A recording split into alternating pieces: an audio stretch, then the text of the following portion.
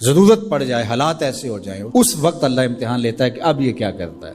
میرے پاس مال و دولت کی فراوانی ہے، خزانے بھرے ہوئے، اور میرے پورے محلے کا بل ان کی استطاعت سے زیادہ آ گیا، وہ بیچارے بل دیں یا بچوں کا دودھ خریدیں۔ اب امتحان آیا تھا سیٹھ صاحب کا، اب امتحان آیا تھا امیر شہر کا، اب امتحان آیا تھا اس دولت مند کا۔ امام شافعی فرماتے ہیں نقص اموال کا مفہوم یہ ہے، اللہ اب پرکھتا ہے کہ اب یہ تجوریاں کھولتا ہے یا اب یہ موقع سے فائدہ حاصل کر کے مزید دولت اکٹھی کرتا ہے۔ جب دولت اوپر سے بھی آ رہی ہو اور بندہ آگے بھی خرچ کر رہا ہو، وہ امتحان نہیں ہوتا، اس لیے کہ اوپر سے بھی آ رہی ہوتی ہے اور بندہ آگے سے بھی خرچ کر رہا ہوتا ہے۔ جب دروازے اوپر سے بند ہو جائیں، حالات اس طرح کے ہو جائیں، اب اگر وہ خرچ کرے گا تو اب نقص اموال کا اندیشہ ہے۔ تو کہا یہ تھا امتحان، اللہ دیکھتا ہے کہ اس امتحان میں کون پورا نکلتا ہے، یہ اللہ آزماتا ہے۔ اس وقت آزمائش ہے امیروں کی، غریبوں کی تو ہے ہی ہے۔ غریب تو بیچارے مر گئے ہیں، ان کے پاس ہی کچھ نہیں رہا، ان کی تو زندگی زہرناک ہو گئی ہے، وہ تو جس حالت میں ہیں الیاذ باللہ۔ لیکن اس سے بڑا امتحان امراء کا ہے، اہل ثروت کا ہے۔ یہ ہے ابتلا جو امام شافعی فرماتے ہیں۔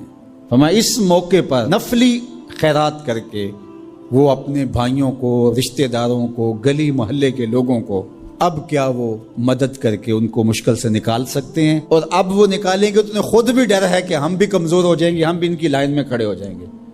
اللہ فرماتا ہے یہی تو ہم نے تم سے امتحان لینا تھا، اور اگر تم امتحان دے دیتے، کامیاب ہو جاتے، تمہیں اس لائن میں نہ آنے دیتے، ان کو بھی اٹھا کے اللہ اوپر کر دیتا۔ کسان سب سے اچھے دانے سنبھال کے رکھتا ہے، جو بیج ہوتا ہے وہ سب سے بہتر ہوتا ہے، اس کو زمین میں دانہ ڈالتے ہوئے کوئی جھجک نہیں ہوتی کہ مٹی میں دانے رول رہا ہوں، اس لیے جھجک نہیں ہوتی کہ وہ اپنی آنکھوں سے کئی بار مشاہدہ کر چکا ہے کہ میں ایک دیتا ہوں، اللہ کئی عطا کرتا ہے، اس لیے وہ اچھے دانے زمین میں ڈالتا ہے۔ کوئی کسان ایسا تو نہیں کرتا کہ مریل بیج ڈال دے، وہ کہتا ہے ساری محنت ضائع چلی جائے گی۔ تو اسی طرح تم راہ خدا میں دو تو سب سے اچھا دو، یہ نہیں ہے کہ جو سب سے کمزور ہے وہ تم اللہ کی راہ میں دے دو۔ یہ ہم نے ایکسپورٹ کوالٹی نکال لی، باغ سے پھل توڑا، یہ ایکسپورٹ کوالٹی ہے، یہ دوستوں کے لیے تحائف تیار کر رہے، یہ گھر والوں کے لیے، یہ ہم منڈی میں بھیج رہے ہیں، اور باقی جو آخر میں رہ گیا کمزور سڑا ہوا اس کا ڈھیر لگا دیا، یہ غربا کے لیے۔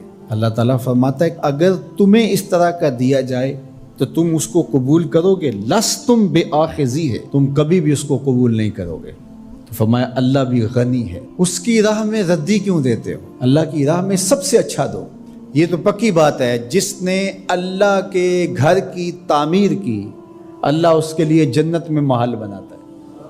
اور یہ لازمی نہیں ہے کہ کوئی بہت بڑی جامع مسجد بنائی، بلکہ تتر کے گھونسلے کے برابر بھی اگر کسی نے مسجد بنائی، تتر کا گھونسلہ پوری اینٹ کا بھی نہیں ہوتا، آدھی اینٹ کا ہوتا ہے۔ دوسرے لفظوں میں کہیں، جس نے کسی مسجد کی تعمیر میں آدھی اینٹ دی، اللہ اس کا محل بھی جنت میں بناتا ہے۔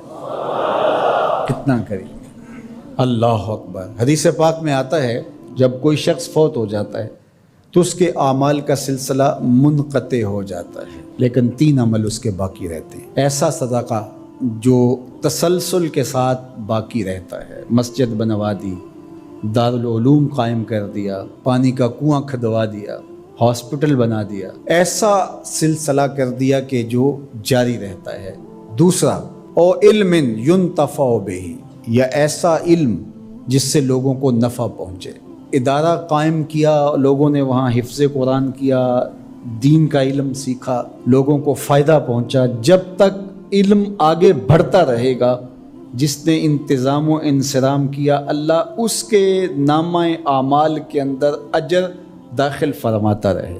بلکہ اس کی تشریح میں دیکھ رہا تھا کہ صرف علم دین ہی نہیں، ہر وہ علم جو نافع ہو، اگر کسی نے کسی کو کوئی ہنر سکھا دیا اور اس کے ذریعے وہ حلال رزق کمانے لگا، اپنے بچوں کی ضرورت کو پورا کرنے لگا، جس نے ہنر سکھایا تھا اللہ اس کو بھی اجر عطا کرے گا۔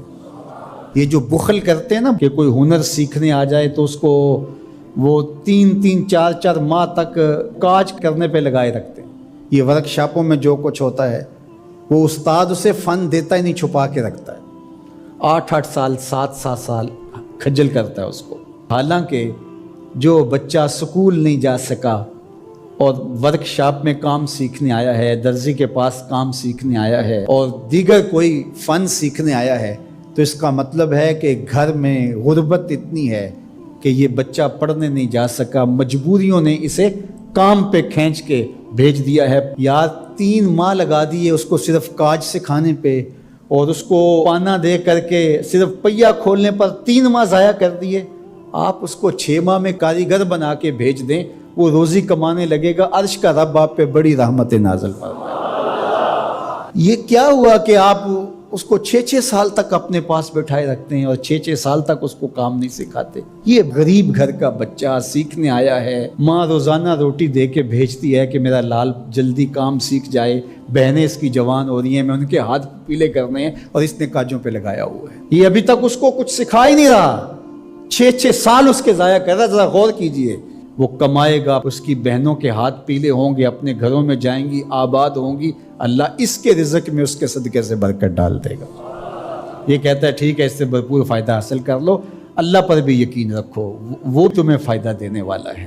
تیسری بات ارشاد فرمائی، او ولد صالح یدعو لہ، نیک اولاد جو ماں باپ کے لیے دعا کرے۔ صالح اولاد وہی ہوتی ہے جو ماں باپ کے لیے دعا کرے۔ 5 گانا نماز کی عادت رکھنے والی اولاد ماں باپ کے لیے اسپیشل الگ دعا نہ بھی کرے تو دن میں کتنی مرتبہ کہے گی، ربنا اغفر لی ولوالدی، اللہ مجھے بخش دے، میرے ماں باپ کی مغفرت فرما دے۔ اچھی اولاد ماں باپ کے لیے نعمت ہے، اس کی آنکھوں کی بھی ٹھنڈک ہے، دل کا بھی قرار ہے، آخرت کی بھی بہار ہے۔